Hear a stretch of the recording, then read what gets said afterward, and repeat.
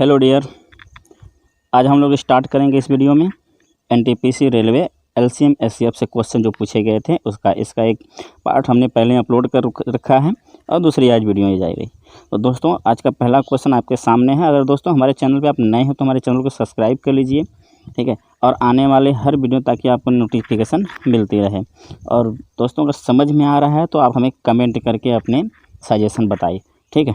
Question देखते हैं। दो संख्याओं का मस लस क्रमशः कितना है? 29 और 435 है, और एक संख्या 145 है, तो दूसरी संख्या ज्ञात करनी है। तो अभी इसके पिछले वाले वीडियो का आपने देखा होगा, तो पहली संख्या गुणे दूसरी संख्या बराबर लस गुणे मस होता है। तो एक संख्या 145 है, ठीक है, और दूसरी संख्या कितनी है? और आपको दूसरी संख्या कोई भी हम मान लेते हैं, ठीक है, और दूसरी संख्या हमको ज्ञात करनी है। और इसका जो लस और मसा है वो है 29 और गुणा के लस कितना है? 435। समझो आप। अब ये क्वेश्चन हल करते हैं।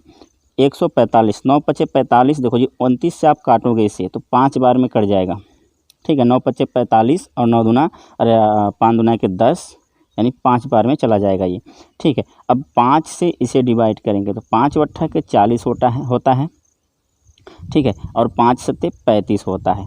तो जो दूसरी संख्या आपकी आएगी वह क्या आएगी? 87 आएगी। क्या आएगी भाई? 87 आएगी। तो आपकी दूसरी संख्या कितनी आ रही है? 87 आ रही है, ठीक है। समझ में आ रही है बात? एकदम चीज़ों को आसानी से समझिए, धीरे धीरे सारी चीज़ें आपको समझ में आएंगी। और कुछ भी दिक्कत हो रहा है तो हमें आप कमेंट करके अपने सजेशंस बताइए, ठीक है। नेक्स्ट क्वेश्चन आपके स्क्रीन पर।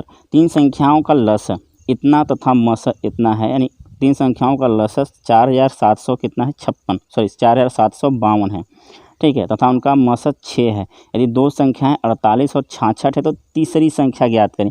अच्छा एक बात बताओ आप, अगर ये एससीएफ है 6 है तो ये इसे भी काटेगी और तीसरी संख्या को भी यह डिवाइड करेगी। तो जैसे 6 × 48, 11 6 का 66, तो तीसरी संख्या भी डिवाइड होगी। ऑप्शन से इसे आप कर दो आसानी से।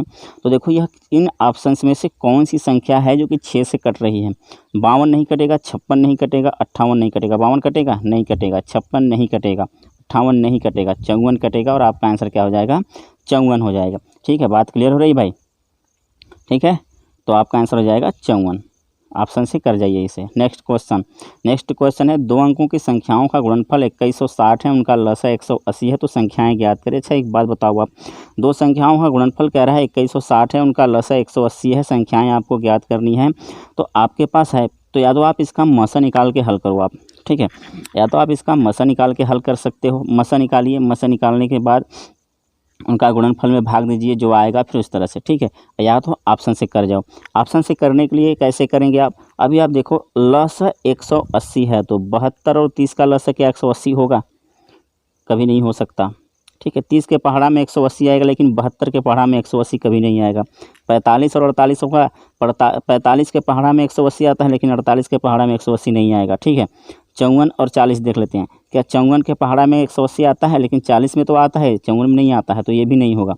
अभी आप देखो 36 और 40 को आप हल करते हैं, तो 36 और 40 का अगर आप एलसीएम निकालोगे आप, तो देखो 36 और 60 है, 36 और 60, ठीक है। तो ये 6 त्रिक का 18, यानी 3 का गुणा अगर इसमें कराते हो तो 180 आता है, ठीक है। एलसीएम 180 आएगा। या तो आप देखो अब 36 में 5 का गुणा कराओ, ठीक है, तो भी 180 आता है। क्लियर हो रही है बात? तो आप मेरी बात समझ रहे हो? मेरे कहने का मतलब यह है कि जो भी आपके ऑप्शन जो संख्याएं दे रखी हैं वो संख्याओं का लसा 180 आना चाहिए, यानी 180 जो होगी इन दो संख्याओं से, जो ऑप्शन में दे रखे हैं उन दोनों संख्याओं से इसका लसा क्या होगा? कटेगा।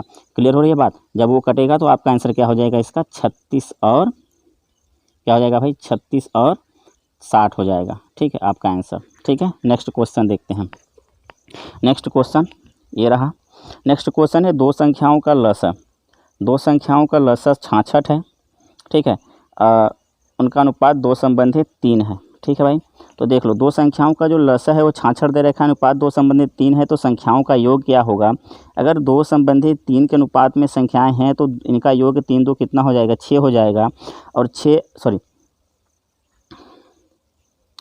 इनका जो लसा आपका निकालोगे 3 और 2 का लसा कितना हो जाएगा 6 हो जाएगा। एलसीएम आपका 6 हो जाएगा, लेकिन एलसीएम आपका 6 नहीं कितना दे रखा है 66 दे रखा है। कई गुणा हो रहा है 11 गुणा हो रहा है, यानी एक इकाई का मान 11 आ रहा है। तो आपका इन संख्याओं का योग कितना हो जाएगा 5। ठीक है, इन संख्याओं का योग 5 हो जाएगा। तो 5 गुणे के 11 एक इकाई का मान कर देंगे तो 11 पचे 55 हो जाएगा। तो आपका आंसर क्या हो जाएगा 55। आपका आंसर क्या हो जाएगा भाई 55 हो जाएगा। क्लियर हो रही बात। नेक्स्ट क्वेश्चन देख लेते हैं। नेक्स्ट क्वेश्चन आपका है, ठीक है, चीज़ों को आसानी से समझेंगे एकदम क्लियर होते चला जाएगा। ठीक है, कोई भी दिक्कत हो रही है आप उन्हें बताइए। ठीक है, नेक्स्ट क्वेश्चन है आपका। नेक्स्ट क्वेश्चन कह रहा है 3 संख्याओं का अनुपात 2 संबंधित 3 संबंधित छेद, ठीक है, तथा उनका मस 45 है।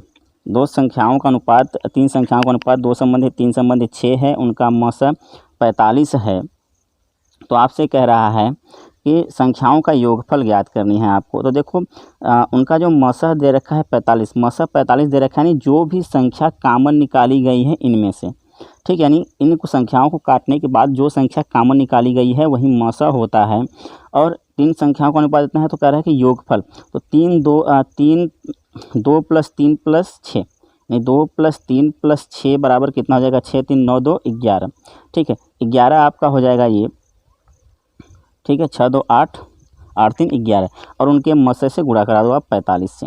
ठीक है, 45 से आप गुणा करा दो तो 11 × 5 = 55। ठीक है, और 11 × 4 = 44 और 44 × 5 = 59, 400 कितना हो जाएगा 49, 495। तो आपका आंसर क्या हो जाएगा 495। ठीक है, कुछ नहीं करनी है, बस एचसीएफ से मल्टीप्लाई करा देनी है इन संख्याओं को जोड़कर। ठीक है, नेक्स्ट क्वेश्चन देखते हैं। नेक्स्ट क्वेश्चन आपका है 2 संख्याओं का लसा 48 है, दोनों संख्याओं का अनुपात 1 संबंधित 2/3 है। ठीक है, 1 संबंधित 2/3 का मतलब है कि आपका ये मल्टीप्लाई क्या हो जाएगा, 3 जाकर इसमें क्या हो जाएगा मल्टीप्लाई हो जाएगा। क्लियर हो रही है बात। तो क्या हो जाएगा, जो नया अनुपात बन के आएगा आपके सामने वह क्या आएगा, अनुपात आएगा 2 3 संबंधित 2, और इनका जो लसा आएगा, जो इनका आप एलसीएम निकालोगे तो कितना आएगा 6 आएगा। ठीक है, 3 दूना के 6 आएगा, 3 दूना के 6 आएगा। और आपके जो सवाल में इनका लसा दे रखा है वह कितना दे रखा है, वह 48 दे रखा है। आपने निकाला है 6, लेकिन दे कितना रखा है 48 दे रखा है। कितने गुणा हो रहा है 8 गुणा हो रहा है, यानी एक इकाई का मान कितना आ रहा है 8 गुणा आ रहा है। ठीक है, तो कह रहा है कि योग ज्ञात करना है। तो 3 और 2 कितना हो जाएगा 5 हो जाएगा, 3 और 2 कितना हो जाएगा 5 हो जाएगा, और 5 में 8 का गुणा कराएंगे तो कितना हो जाएगा 40 आएगा, 5 × 8 = 40। तो आपका आंसर क्या हो जाएगा 40। क्लियर हो रही है बात। ठीक है भाई, समझ में आ रही चीज़ें। ठीक है, तो नेक्स्ट क्वेश्चन देखते हैं। नेक्स्ट क्वेश्चन आपके सामने है 16 24 का मसा और लसा आपको ज्ञात करनी है। तो 16 और 24 का मसा लसा ज्ञात करनी है। छोड़ दो सारी चीज़ें, आपको आ रही है नहीं आ रही है। मैं देख रहा हूँ कि कौन सा संख्या लसा हो सकती है। 16 और 24 का लसा, मैं लसा निकाल रहा हूँ। देखो जी, एलसीएम अगर आप निकालोगे 16 और 24 का, तो एलसीएम का मतलब है 16 और 24 का पहाड़ा में एक ही संख्या आनी चाहिए जो बराबर दोनों का कटे। मतलब 24 और 16 के पहाड़ा में 48 आता है। ठीक है, देखो 48 होता है, 24 दूना के 48 और 16 3 48, तो इनका एलसीएम कितना हो गया 48 हो गया। और एचसीएफ मतलब यह होता है जो कि इन दोनों संख्याओं को पूरी काट सके, यानी 16 और 24 को पूरी तरह से काट सके और बड़ी भी हो। तो 8 दूना के 16, 8 3 का 24, और इससे बड़ी संख्या कोई काटेगी नहीं काटेगी। 16 का काटेगा, 24 को नहीं काटेगा। तो आपका आंसर हो जाएगा 48 और 8। तो आपका आंसर है 8 और 48 ए वाला। ठीक है, नेक्स्ट क्वेश्चन देखते हैं। क्लियर हो रही भाई। नेक्स्ट क्वेश्चन है 2 संख्याओं का मसा 16 तथा उनका अंतर 16 है। ठीक है, देखो 2 संख्याओं का मसा 16 दे रखा है, उनका अंतर 16 दे रखा है। तो संख्या आपको ज्ञात करनी है। तो कुछ नहीं, ऑप्शन देखो कि इसमें अंतर 16 का आ रहा है। 80 और 100 में अंतर कितने का आ रहा है 20 का आ रहा है, नहीं होगा। 96 और 120 में अंतर 24 का आएगा, ये भी नहीं होगा। 72 और 88 में अंतर कितने का आएगा, इसमें आएगा अंतर 8 8 16 का। ठीक है, इसमें अंतर 16 का आ रहा है, लेकिन इनका मसा क्या 16 हो सकता है, इसका मसा 16 होगा। देख लेते हैं, पहले देख लेते हैं अंतर कितने का। 8 में से 2 गया 6 और 8 में से 1 गया, ठीक है 16 का आएगा। ठीक है, तो अभी आप देखो कि क्या इसका मसा 16 हो सकता है। 16 का मतलब है कि 16 इस दोनों संख्याओं को काटेगा, लेकिन ये 16 किसी भी संख्या को नहीं काट रहा है, यानी ये भी गया आपका। तो आपका आंसर क्या हो जाएगा 64 और 80। देख लो 16 चौक का 64, 16 25 80, और दोनों के अंतर बीच का अंतर कितना है 16 का है। तो आपका आंसर क्या हो जाएगा 64 और 80 हो जाएगा। ठीक है भाई, सॉरी। ठीक है, तो आज के लिए बस करते हैं, मिलते हैं अगले वीडियो में। दोस्तों अगर आप हमारे चैनल पर नए हो तो हमें सब्सक्राइब कर लीजिए, और अगर क्वेश्चन समझ में आता है तो हमें कमेंट करके बताइए कि हाँ समझ में आता है। और एनटीपीसी रेलवे के जितने भी एग्ज़ाम्स के क्वेश्चन होंगे हम लोग हल करवाएंगे।